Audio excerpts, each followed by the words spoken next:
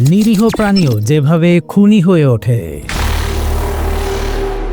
সন্ধ্যায় এক সুইডিশ মহিলা কুকুর নিয়ে হাঁটতে বের হন, কিন্তু ফিরে এলেন না। স্বামী খুঁজতে গিয়ে তাকে একটা লেকের পাশে মৃত অবস্থায় পেলেন। পুলিশ সাথে সাথে স্বামীকে দোষী ভেবে জেলে পাঠালো। কয়েক মাস পর ফরেনসিক রিপোর্ট এলো স্বামী নির্দোষ।